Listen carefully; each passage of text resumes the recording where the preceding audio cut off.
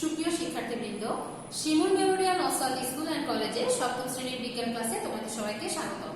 আশা করি সবাই সুস্থ আছো, ভালো আছো এবং নিরাপদে আছো। উপস্থাপনায় আমি সাবরিনা আইরিন সাথী, বিজ্ঞান বিভাগ, Shimul memorial Nusrat school and college, Rajshahi.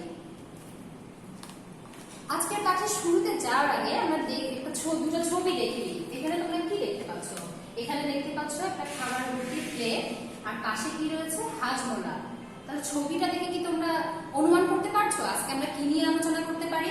আমি আরেকটু সহজ করে দিই। আমরা হাজমোলা কখন খাই? নিশ্চয়ই যখন খাবার খাওয়ার পরে আমরা হজম করার জন্য হাজমোলা খাই। ঠিক ধরতে পেরেছো। আজকে আমরা খাবার হজম বা খাদ্য পরিপাক নিয়ে পড়াশোনা করব। আমাদের আজকের পাঠের অধ্যায়ের নাম পরিপাকতন্ত্র ও রক্ত সংবহন তন্ত্র। এটা আমাদের অধ্যায় ৫। শুরুতেই আমরা দেখে নিই আজকের ক্লাসে তোমরা কি কি শিখতে পারবে। প্রথমে রয়েছে পরিপাকতন্ত্রের প্রধান অংশের কাজ ব্যাখ্যা করতে পারবে, খাদ্য পরিপাকে এনজাইমের ভূমিকা ব্যাখ্যা করতে পারবে, পরিপাকতন্ত্রের সাধারণ রোগের প্রতিরোধ প্রতিকার কৌশল ব্যাখ্যা করতে পারবে। আলোচ্য বিষয়সূচিতে কি কি রয়েছে আমরা প্রথমে দেখে নেই। খাদ্য পরিপাক, লালা ও এনজাইম, পরিপাকতন্ত্র, পরিপাক গ্রন্থি ও পরিপাক গ্রন্থির কাজ, পরিপাকতন্ত্রের সাধারণ রোগের প্রতিরোধ ও প্রতিকার, পরিপাকতন্ত্রের যত্ন। প্রথমে আমাদের কি রয়েছে? খাদ্য পরিপাক। খাদ্য পরিপাকটা আসলে কি? আমরা নরমালি যে কথাটা বলি কি যে হজম হওয়া, আমরা খাদ্য আসলে যেভাবে গ্রহণ করি, যে কঠিন খাদ্যগুলো গ্রহণ করি ম্যাক্সিমাম ক্ষেত্রে, খাদ্যটা কিন্তু আমাদের যে শরীর সেভাবে কিন্তু অ্যাবজর্ব করতে বা শোষণ করতে পারে না। আমরা যে ভিটামিন জাতীয় খাবার খাচ্ছি, খনিজ খাবার, লবণ জাতীয় যে খাবারগুলো খাচ্ছি, এগুলো যে আমাদের শরীরে হচ্ছে শোষণ করবে, এগুলো আমরা যেভাবে খাচ্ছি সেভাবে শোষণ করতে পারে না। তাহলে সেগুলোকে কি করে? আমরা যখন খাই আমরা সেগুলোকে ছোট ছোট টুকরো করে আমাদের দেহের শোষণ উপযোগী করে গড়ে তুলে। এই যে পুরো প্রক্রিয়াটা, এটাকে আমরা কি বলছি? এটাকে আমরা বলছি খাদ্য পরিপাক। এরপরে দেখো, এই যে পরিপাকতন্ত্রের বিভিন্ন, এখানে একটা ছবি দেখতে পাচ্ছ তোমরা আমাদের পরিপাকতন্ত্রের। পরিপাকতন্ত্রের জন্য, এই যে পরিপাকের জন্য বিভিন্ন অঙ্গগুলো একত্রে যে কাজ করছে, এই অঙ্গগুলোকে একত্রে কি বলছে? একত্রে বলা হচ্ছে পরিপাকতন্ত্র বা পৌষ্টিকতন্ত্র। তাহলে পৌষ্টিকতন্ত্রের যদি সংজ্ঞা চাওয়া হয় তাহলে তোমরা বলবে যে সকল অঙ্গ খাদ্য পরিপাকের প্রক্রিয়া নিযুক্ত থাকে তাদেরকে কি বলা হয়? একত্রে, তাদেরকে একত্রে বলা হয় পৌষ্টিকতন্ত্র বা পরিপাকতন্ত্র। এরপরে আমরা আসি লালা এবং এনজাইম। লালা জিনিসটার সাধারণত নামটা একটু তোমাদের অনেকেরই পরিচিত, আমরা হয়তো বুঝতে পারছি না আসলে লালা জিনিসটা কি। আমরা যখন বিভিন্ন ধরনের লোভনীয় খাবার দেখি, যেমন তেঁতুল দেখলে বা টক জাতীয় খাবার দেখলে নর্মালি কি হয়? মুখের মধ্যে পানি চলে আসে না? আবার দেখা যাচ্ছে কি আমরা যখন বিভিন্ন খাবার খাই আমাদের মুখটা পিচ্ছিল পিচ্ছিল অনুভব হয়। এটাই আসলে হচ্ছে লালা। লালা হচ্ছে এক ধরনের বর্ণহীন পদার্থ, যেটা কি করে? যেটা আমাদের মুখকে পিচ্ছিল করে এবং আমাদের যে খাবারগুলো আমরা খাই সেই খাদ্য কণাগুলোকে কি করে? আমরা দাঁত দিয়ে যখন খাবারগুলোকে ছোট ছোট টুকরো করি সেগুলোকে কি করে? গিলতে সাহায্য করে। আর সেগুলো কি করে? গেলার পরে আমাদের সেগুলো কি হবে? অন্ননালী হয়ে আমাদের পাকস্থলীতে যাবে। তাহলে লালার যদি বৈশিষ্ট্য বলা হয় তাহলে আমাদের কি বলতে হবে? যে লালা এক ধরনের বর্ণহীন তরল পদার্থ যা কি করে? খাদ্যবস্তুকে পিচ্ছিল করে ও গিলতে সাহায্য করে। আমাদের মুখগহ্বরের পিছনে 3 ধরনের লালা গ্রন্থি রয়েছে, সেখান থেকে কি হয়? এই লালা রসটা নিঃসৃত হয়। আর লালার হচ্ছে যে এনজাইম রয়েছে সেটাকে বলা হচ্ছে কি? সেটাকে বলা হচ্ছে টায়ারিন। এরপর দেখো আমাদের কি রয়েছে? এনজাইম। এনজাইম হচ্ছে এমন এক ধরনের জৈব রাসায়নিক পদার্থ যেটা কি করে? যেটা আমাদের হচ্ছে পরিপাকীয় অংশগ্রহণ করবে কিন্তু নিজে অপরিবর্তিত থাকবে। সে রাসায়নিক বিক্রিয়ায় অংশগ্রহণ করলেও নিজে কিন্তু কোনো পরিবর্তন হবে না। তাই এনজাইমের যখন সংজ্ঞা চাওয়া হবে তোমাদের তখন বলতে হবে যে এনজাইম এক ধরনের জৈব রাসায়নিক অনুঘটক বা খাদ্যবস্তু যা কি করে? খাদ্যবস্তুর সাথে রাসায়নিক ক্রিয়ার সাহায্য করে কিন্তু নিজে অংশ নেয় না ও অপরিবর্তিত থাকে। তাহলে তোমাদের যদি এনজাইমের বৈশিষ্ট্য চাওয়া হয়, দুইটা বা একটা চাওয়া হলো, তখন আমাদের বলতে হবে যে কি করে? এনজাইম হচ্ছে রাসায়নিক বিক্রিয়ায় সাহায্য করে কিন্তু নিজে বিক্রিয়া করে না। আর নির্দিষ্ট এনজাইম কি করে? একটা নির্দিষ্ট হচ্ছে এনজাইম হচ্ছে নির্দিষ্ট একটা খাদ্যবস্তুর উপর ক্রিয়া করে। যেমন দেখো ট্রিপসিন কি করে? আর ট্রিপসিন এনজাইমটা আমিষের উপর ক্রিয়া করে, মানে আমিষ জাতীয় যে খাবারগুলো আমরা খাবো সেটার উপরে কি করবে? ট্রিপসিন এনজাইম হচ্ছে ক্রিয়া করবে। আর আমি শুরুতে বলে নিলাম যে লালার এনজাইমকে আমরা কি বলি? টায়ারিন। তাই যদি প্রশ্ন আসে যে লালার এনজাইমকে কি বলে বা লালায় কোন এনজাইম থাকে তাহলে আমরা কি বলবো? টায়ারিন বলবো। আর যদি এনজাইমের বৈশিষ্ট্য চাওয়া হয় আশা করি তোমরা এনজাইমের বৈশিষ্ট্য কি করতে পারবে? লিখতে পারবে। এখন আমরা কিছুক্ষণ আগে পৌষ্টিকতন্ত্র দেখলাম, পুরো প্রায় দেখলাম। এখানে একটা তোমরা পুরো পৌষ্টিকতন্ত্রের একটা ছবিটা দেখেছি, আর এখানে আমরা কি দেখছি, এখানে আমরা ছোট ছোট করে এখন পৌষ্টিকতন্ত্রের যে অংশগুলো রয়েছে সেগুলো হচ্ছে পর্যায়ক্রমে ছবি দেখবো এবং কি করবো, বর্ণনাগুলো কাজগুলো জানবো। প্রথমে কি রয়েছে দেখো, মুখছিদ্র ও মুখগহ্বর। তাহলে দেখো মুখছিদ্রটাই যে আমাদের দুই ঠোঁট আছে না, এই যে দুই ঠোঁট দিয়ে আমরা খোলামেলা করছি, এখান থেকে কিন্তু আমাদের এই যে মুখছিদ্রটা আছে এটা কিন্তু শুরু হয়ে গেছে। এটা আমাদের কি করছে, আমাদের এই যে মুখছিদ্রের মাধ্যমে কিন্তু আমরা খোলা এবং বন্ধ হওয়ার মাধ্যমে আমরা খাবারটা গ্রহণ করবো, খাবারটা হচ্ছে ফেলে দিব, এইটা কিন্তু নিয়ন্ত্রণ করছে যে কখন খাবার খাচ্ছি বা কখন মুখে নিচ্ছি, এটা কিন্তু মুখছিদ্রটা নিয়ন্ত্রণ করছে। এরপরে দেখো মুখছিদ্র পরে রয়েছে আমাদের পিছনের দিকে রয়েছে কি মুখগহ্বর। এই মুখগহ্বরের ভিতরে কি রয়েছে, দুটো চোয়াল রয়েছে, আর চোয়ালের মধ্যে দুই চোয়ালে কি রয়েছে, দাঁত রয়েছে। তো এইটা হচ্ছে আমাদের মুখগহ্বর। মুখগহ্বরের ভিতরে যে দাঁতের কথাটা আমরা বললাম, এই দাঁতটা দেখো আমরা এই পরের স্লাইডে দেখছি। এখন দেখো এই যে দাঁত, দেখে দাঁতের জন্য একটা ছবি দেখতে পাচ্ছ। আমাদের সাধারণত কি সবার হচ্ছে 32টা দাঁত থাকে, এটা হচ্ছে স্থায়ী দাঁত, আর হচ্ছে উপরে হচ্ছে 16টা আর নিচে হচ্ছে 16টা থাকে। আর এই যে দাঁতগুলো রয়েছে, একটা পূর্ণবয়স্ক মানুষের যে 32টা দাঁত রয়েছে, এই দাঁতের আবার ধরন রয়েছে কি 4 ধরনের দাঁত। দেখা যাচ্ছে যে কর্তন দাঁত, ছেদন দাঁত, পেশন দাঁত, অগ্রপেশন দাঁত, এই যে 4 ধরনের দাঁত দেখছি।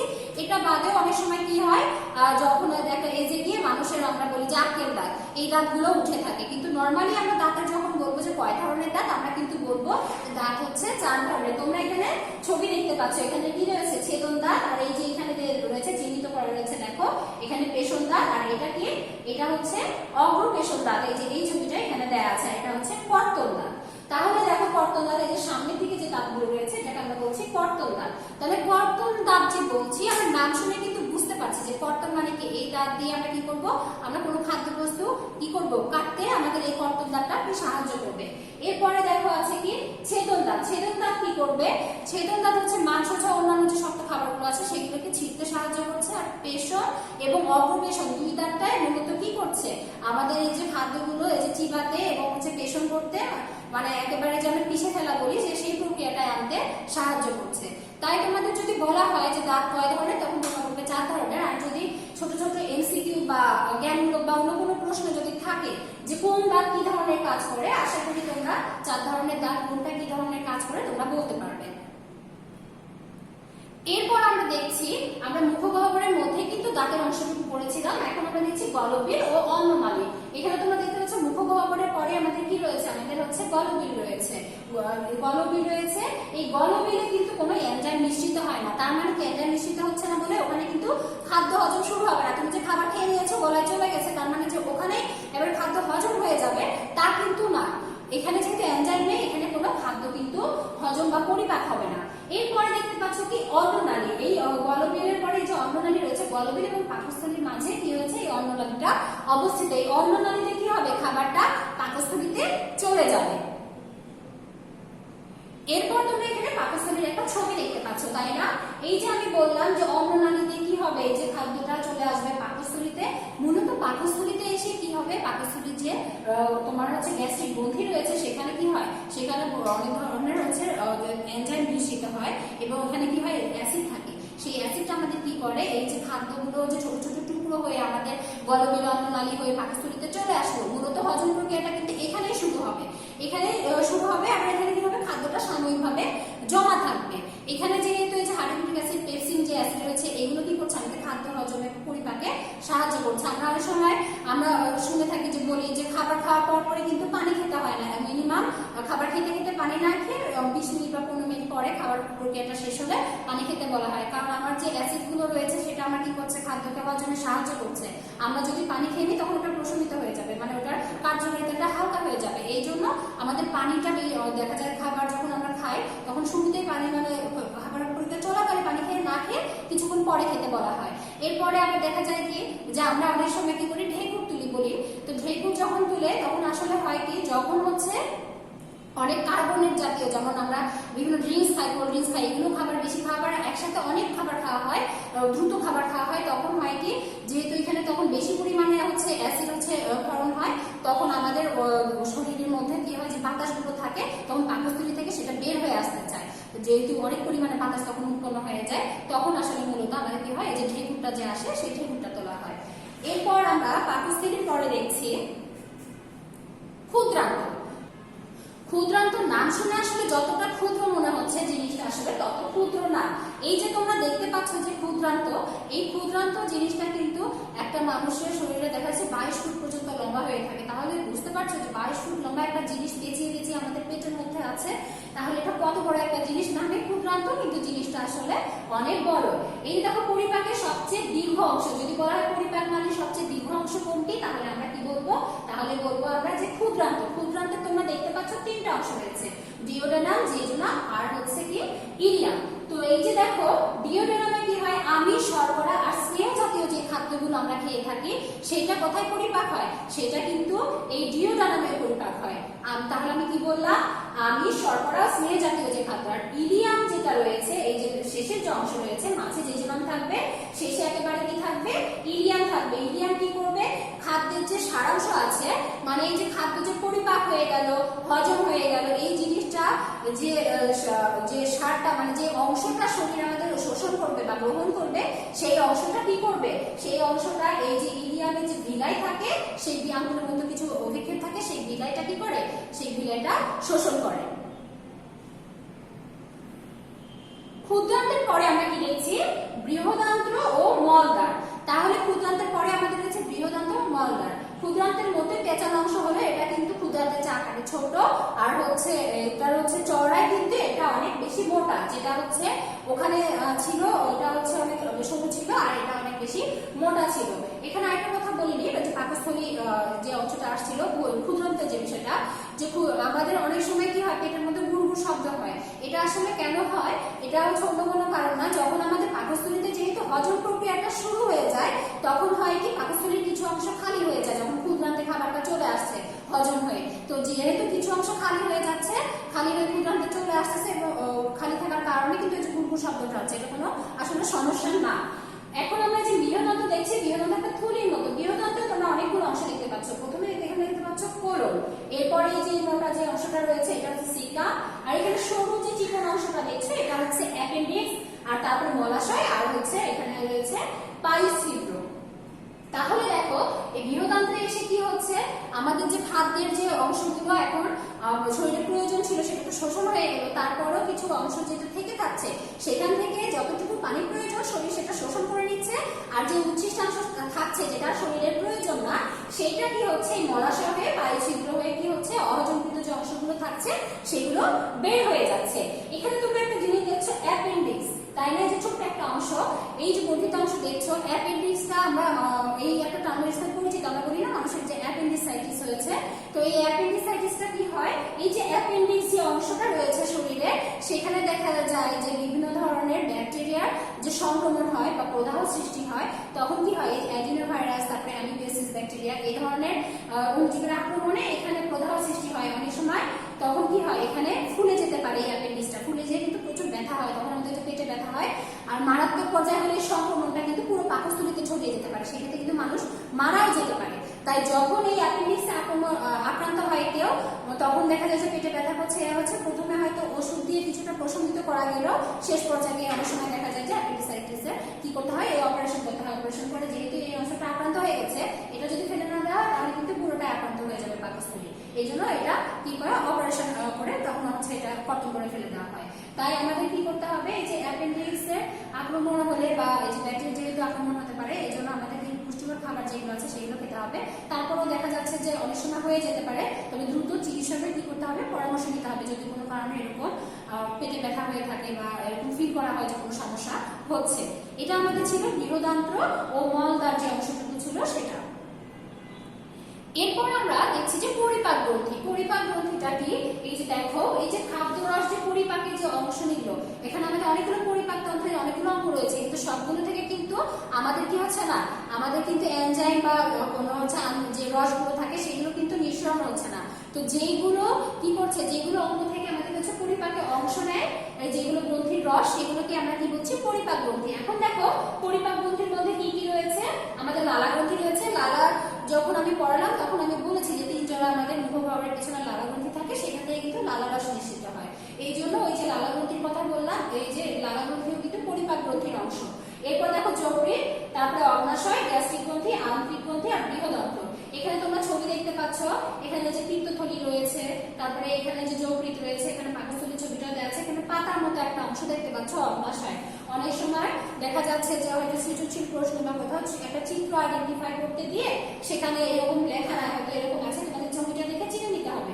এখানে যদি পিত্তথলি তোমরা সবুজ কালার দেখতে পাচ্ছ, কিন্তু যখন তোমরা প্রশ্ন দেখো বা কোনো কিছু দেখো কারণ তো রঙিন থাকে না, সেক্ষেত্রে কিন্তু বুঝতে পারবে না। কিন্তু যকৃতের সাথে এই যে ছোট যে অংশটা দেখে তোমাকে বুঝে নিতে হবে একটা পিত্তথলি। আর পাকস্থলীর একেবারে নিচে এই যে পাতার মতো অংশটা, ওটা দেখে তোমাকে বুঝে নিতে হবে যে এটা হচ্ছে আমাদের অগ্নাশয়। তাহলে এটা আমাদের পরিপাক গ্রন্থি ছিল। পরিপাক গ্রন্থির এখন আমরা কাজটা দেখবো, সিঙ্গেল করে দেখি। দেখো প্রথমে রয়েছে কি পরিপাক গ্রন্থি, প্রথমে রয়েছে যকৃৎ। যকৃতে কিন্তু হচ্ছে আমাদের যে পরিপাক গ্রন্থি রয়েছে তার মধ্যে সবচেয়ে বড় গ্রন্থি হচ্ছে কি এই যকৃৎ। যকৃতে কি হয়, পিত্তরস তৈরি হয়, এই পিত্তরস তৈরি হয়ে মধ্যে থাকে পিত্তথলিতে জমা থাকে। তারপরে পিত্তরসে দেখো স্নেহ হজমে সহায়তা করে। কি হজমে, মানে আমরা স্নেহ জাতীয় যে খাদ্যগুলো খাই সেইটা হজমে কিন্তু সহায়তা করে এই যে পিত্তরস দেখছো। তাহলে পিত্তরস তৈরি হয় কোথায়, তৈরি হয় যকৃতে। আর যদি বলি জমা থাকে কোথায়, তখন আমরা বলবো পিত্তথলিতে। এরপর দেখতে পাচ্ছ অগ্নাশয়। অগ্নাশয় আমাদের ট্রিপসিন, কাইমোট্রিপসিন, তারপর লাইপেজ, অ্যামাইলেজ, এই যে এনজাইমগুলো রয়েছে তার মধ্যে দেখো ট্রিপসিন এবং কাইমোট্রিপসিন কি করছে, আমিষ খাদ্য হজমে সহায়তা করছে। কোন খাদ্য, ট্রিপসিন, কাইমোট্রিপসিন আমিষ খাদ্য। আর লাইপেজ কি করছে, আমাদের স্নেহ খাদ্য জাতীয় যেগুলো খাদ্য আছে সেগুলো হজমে সহায়তা করছে কে, লাইপেজ। আর অ্যামাইলেজ কি করছে, শর্করা জাতীয় যেগুলো খাদ্য আছে, যে ভাত রুটি খাচ্ছি, এগুলো হজমে সহায়তা করছে। তাহলে অগ্নাশয়ে আমাদের যে এনজাইমগুলো রয়েছে সেগুলো আমাদের নাম কিন্তু ভালোভাবে জানতে হবে। ট্রিপসিন, কাইমোট্রিপসিন আমিষ খাদ্য হজমে, লাইপেজ স্নেহ খাদ্য হজমে, আর অ্যামাইলেজ কি করছে, শর্করা জাতীয় খাদ্য হজমে সহায়তা করছে। এরপরে আমরা দেখছি যে আন্ত্রিক গ্রন্থি। আন্ত্রিক গ্রন্থি থেকে কি হয়, আন্ত্রিক গ্রন্থি থেকে আন্ত্রিক রস হচ্ছে ঘরণ হয়। এটা ক্ষুদ্রান্তের পাঁচিলে যে ভিলাস রয়েছে সেই ভিলাস থেকে কি হচ্ছে, এই ভিলাস থেকে আমাদের আন্ত্রিক রস নিষিদ্ধ হচ্ছে। আর এই যে তোমার বৃহদন্ত্র রয়েছে, আমি এখানে দেখা যাচ্ছে যে জারক রস বা এনজাইম তৈরি হয় না, কিন্তু ওই যে বললাম যে খাদ্য সারের যে শেষ অংশটুকু আছে সেখান থেকে কি করছে, সেখান থেকে পানি শোষণ করে নিচ্ছে। এর ফলে কি হয়, আমাদের কিন্তু পানি ঘাটতি দেখা যায় না। তাছাড়া প্রচুর পরিমাণে পানি দেখা যাচ্ছে যে আমাদের মলমূত্রের সাথে কিন্তু বের হয়ে আমাদের পানি ঘাটতি দেখা দিতে পারে। সেই কাজটা কি করে, এই বৃহদন্ত্র করে। তোমরা এখানে একটা অ্যানিমেশন দেখতে পাচ্ছ কিভাবে খাবার মুখ থেকে এসে আমাদের অন্ননালী গলবিল পাকস্থলী হয়ে মলত্যাগ হয়ে বাইরের পায়ুপথে বের হয়ে যাচ্ছে। এই ছিল আমাদের পরিপাক তন্ত্র আর পরিপাক যে গ্রন্থি আছে সেগুলোর কাজ এবং গঠন। এখন আমরা দেখছি পরিপাক গ্রন্থির সাধারণ কিছু রোগ। আমাদের পরিপাক গ্রন্থির সাধারণ কিছু রোগ হয়, কিছুক্ষণ আগে আমি অ্যাপেন্ডিসাইটিসের কথা বলে ফেলেছি অলরেডি। আর এখানে কিছু দেখতে পাচ্ছ কি, প্রথমে আছে কি গ্যাস্ট্রাইটিস। গ্যাস্ট্রাইটিস কি, আমরা সহজ কথা হচ্ছে আমরা বলি না গ্যাস্ট্রিকের সমস্যা হচ্ছে, গ্যাস্ট্রিকের সমস্যা হচ্ছে সেটা। আমরা অনেক যদি তেলযুক্ত বা ভাজা করা টাইপের জিনিস খাই, নির্দিষ্ট সময়ে খাবার না খাই, তখন কি হয়, তখন আমাদের হচ্ছে এই যে গ্যাস্ট্রাইটিসটা হয়। কি হয়, আমরা যে প্রতিটা মানুষ একটা নির্দিষ্ট টাইমে কিন্তু খেয়ে অভ্যস্ত। দেখা যাচ্ছে 4 ঘন্টা অন্তর দিয়ে 6 ঘন্টা অন্তর খাবার খায়। তো ওই 4 ঘন্টা বা 6 ঘন্টা যে কয় ঘন্টা অন্তর সে খাবার খাচ্ছে, সেই কয় ঘন্টা অন্তর যদি সে খাবারটা নাও খায়, কিন্তু তার শরীরে কিন্তু ওই টাইমটাতে পাকস্থলী এবং মস্তিষ্কে কিন্তু জানান দেয় যে এই টাইমটাতে কি হয়, সেই নির্দিষ্ট টাইমটাতে কিন্তু যে তোমার আছে অ্যাসিড যেটা আছে সেটা কিন্তু ক্ষরণ হতেই থাকে, সেটা কিন্তু বন্ধ থাকে না। এখন দেখা গেল কেউ হয়তো নর্মালি যে টাইমে হচ্ছে 4 ঘন্টা বা 6 ঘন্টা অন্তর হয়তো খাবার খায়, সে দেখা যাচ্ছে সেই টাইমে খাবার না খায় আরো দেরিতে খাচ্ছে, কিন্তু সেই খাবারটা দেরিতে খেলেও কিন্তু তার যে অ্যাসিড যেটা মিশ্রণ পাকস্থলী সেটা কিন্তু বন্ধ হয়ে থাকে না। সেটা বন্ধ হয়ে থাকে না বলে কি হয়, সেইখান থেকে অ্যাসিড উৎপন্ন হতে থাকে। কিন্তু সেই অ্যাসিডটা উৎপন্ন হওয়ার পরে খাবারই যেহেতু পেটে যায় না, সে কি কোন খাবারটা হচ্ছে হজম করতে সহায়তা করবে, তখন সেটা করে কি, যেহেতু খাবার হজম করতে সে হচ্ছে কাজ করতে পারছে না, সে তখন ওই যে অতিরিক্ত যে অ্যাসিডটা উৎপন্ন হচ্ছে সেটা এসে কি করে, দেখো এই যে আমাদের হেলদি যে স্টমাকটা আছে এখানে কিন্তু এই যে অ্যাসিডটা নিঃসরণ করে ঝিল্লিটা কি করে, ঝিল্লিটাকে হচ্ছে তোমার ক্ষয় করে ফেলে। তখন এখানে কি হয়, আমরা বলি না পেপটিক আলসার, যেহেতু পেপসিন যে অ্যাসিডটা আছে সেটার মাধ্যমে হচ্ছে আলসার হচ্ছে ঘা, এই জন্য আমরা কি বলি পেপটিক আলসার। পেপটিক আলসারও কিন্তু হতে পারে। আবার যদি জ্বালা পোড়া করে অতিরিক্ত যেহেতু অ্যাসিড উৎপন্ন হয়, এই জন্য কি হবে, দীর্ঘক্ষণ খালি পেটে খাওয়া যাবে না, ভাজা পোড়া জাতীয় যেগুলো খাবার আছে সেগুলো কি করতে হবে, কম পরিমাণে খেতে হবে। এরপর দেখো আমাশয়। আমাশয় জিনিসটা একটা কমন রোগ, এটা সবাই পরিচিত, ছোট বড় সবাই এর সাথে পরিচিত। এটা দুই ধরনের, একটা হচ্ছে অ্যামিবিক, একটা হচ্ছে ব্যাসিলারি। অ্যামিবিক আমাশয় হচ্ছে তোমরা প্রথম অধ্যায়ে কিন্তু পড়েছিলে, নামে এক ধরনের অণুজীব আছে। এই অণুজীবের হচ্ছে কারণে যে আমাশয়টা হয় সেটাকে বলছে অ্যামিবিক আমাশয়। আর দেখো ব্যাসিলারি আমাশয় যেটা সিগেলা নামক এক ধরনের ব্যাকটেরিয়া আছে, সেটার আক্রমণে কি হচ্ছে, সেটার আক্রমণে যে আমাশয়টা হচ্ছে সেটাকে আমরা কি বলছি, সেটাকে বলছি ব্যাসিলারি আমাশয়। ব্যাসিলারি আমাশয়ের ক্ষেত্রে কিন্তু অনেক সময় কি হয়, আমাদের মলের সাথে অনেক সময় রক্ত পড়ে, এই রক্ত পড়ে পিচ্ছিল পিচ্ছিল ভাব হয়, এর জন্য এটাকে অনেক সময় এটাকে কি বলা হয়, রক্ত আমাশয় কিন্তু বলা হয়। এই দুই আমাশয়ের ক্ষেত্রে বলবো যে কি করতে হবে, খাবার যেগুলো আছে অ্যান্টামিবা যেহেতু শাকসবজি বা অন্যান্য কাঁচা যে জিনিস আছে সেগুলোর সাথে লেগে থাকতে পারে, এই জন্য আমাদের কি করতে হবে, এগুলো যে কোনো খাবার শাকসবজি ফলমূল যেটা আনি না কেন অনেক ভালোভাবে ধুয়ে দোকানে দেখা যাচ্ছে যে 20-30 মিনিট ভিজিয়ে রেখে পরিষ্কার করে খুব ভালোভাবে খেতে হবে, আর সুসিদ্ধ করে খাবার খেতে হবে, অবশ্যই সুসিদ্ধ করে খাবার খেতে হবে, তাহলে কি হবে আমাশয় জাতীয় যে রোগটা আছে সেটা নিয়ন্ত্রণ করা যাবে। এরপরে দেখছি কোষ্ঠকাঠিন্য। কোষ্ঠকাঠিন্যের সাথেও কিন্তু কম বেশি সবাই পরিচিত। কোষ্ঠকাঠিন্য হচ্ছে এমন একটা ব্যাপার যেভাবে কি হচ্ছে আমাদের যে স্বাভাবিক হচ্ছে মল ত্যাগের যে প্রক্রিয়াটা সেটা ব্যাহত হয়, দেখা যাচ্ছে যে সঠিক সময়ে হচ্ছে মল ত্যাগ করা যাচ্ছে না বা মল ত্যাগে কষ্ট হচ্ছে, বা অনেকে 2-3 দিন ধরে দেখা যাচ্ছে মল ত্যাগ করতে পারছে না। তো এই প্রক্রিয়াটা এইটা অবস্থাটাকে বলছি আমরা কোষ্ঠকাঠিন্য। এখানে কোষ্ঠকাঠিন্য দেখো কনস্টিপেশনের একটা ছবি আছে, তালা মারা আছে, তার মানে কি, তার মানে তার এই যে মল ত্যাগ যে করা যে পায়ুপথ যেটা আছে সেখানে কিন্তু তালা লেগে গেছে, তার মানে সে কি করছে না, মল ত্যাগ করতে পারছে না। এই কারণটাও কিন্তু এর মধ্যেও আছে, আমাদের সুষিদ্ধ খাবার খেতে হবে। আবার এই যে ভাজা করা বা তেল জাতীয় খাবার বেশি খাওয়া যাবে না। আবার আমাদের কি করতে হবে, অনেকের সময় দেখা যাচ্ছে পায়খানা চাপ আছে কিন্তু সে পায়খানা করতে যাচ্ছে না, সেক্ষেত্রে কি হবে, তাকে নির্দিষ্ট সময় মল ত্যাগ করতে হবে, এভাবে চাপিয়ে রাখা যাবে না। তো এগুলোর বেশ প্রচুর পরিমাণে কি করতে, পানি খেতে হবে, আঁশ জাতীয় খাবার খেতে হবে।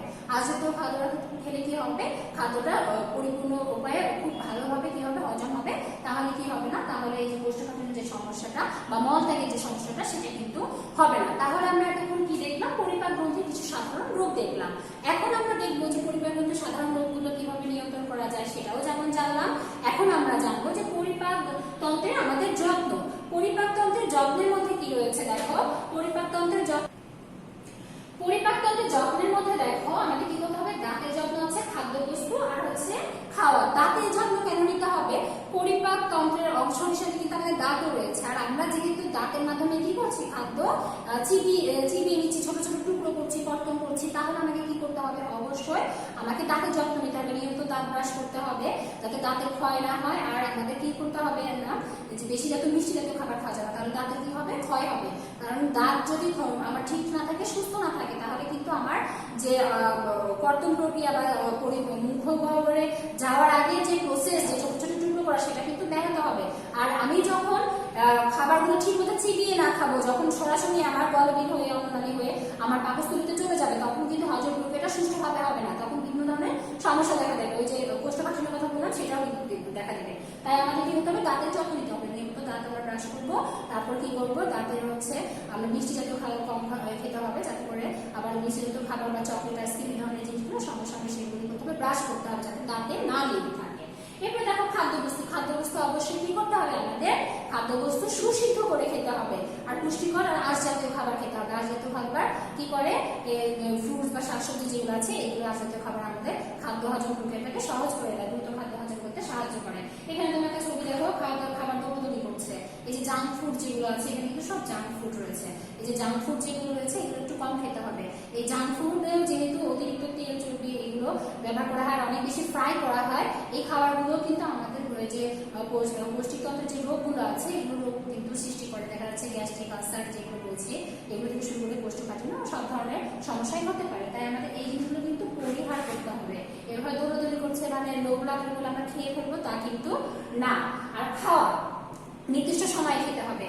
তোমরা যারা হচ্ছে বিশেষ করে তোমাদের স্টুডেন্ট আছে, তোমরা কিন্তু নির্দিষ্ট সময় খেতে চাও না, বাসা থেকে খেয়ে এসেছো, টিফিন পিরিয়ডে দেখা যাচ্ছে মা খাবার দিয়েছে, ঠিক মতো খেতে চাও না, কিন্তু তোমার যেটা দুপুরে লাঞ্চ টাইম, তুমি কিন্তু বাসায় থাকলে ওই টাইমে খেতে, সেই টাইমটা তোমার যখন স্কুলে টিফিন আছে তোমাকে কিন্তু খেতেই হবে। তুমি যদি না খাও এই যে সমস্যাটা হবে। তখন আমি বলেছি যে আমি খাই না খাই নির্দিষ্ট সময়ে আমার দেহের মধ্যে যে হচ্ছে পেপসিন যেটা আছে বা অ্যাসিড যেটা আছে এটা কিন্তু নিঃসরণ জারক রস যেগুলো আছে খাদ্য হজমের সাথে এটা কিন্তু নিশ্চিত হতেই থাকবে।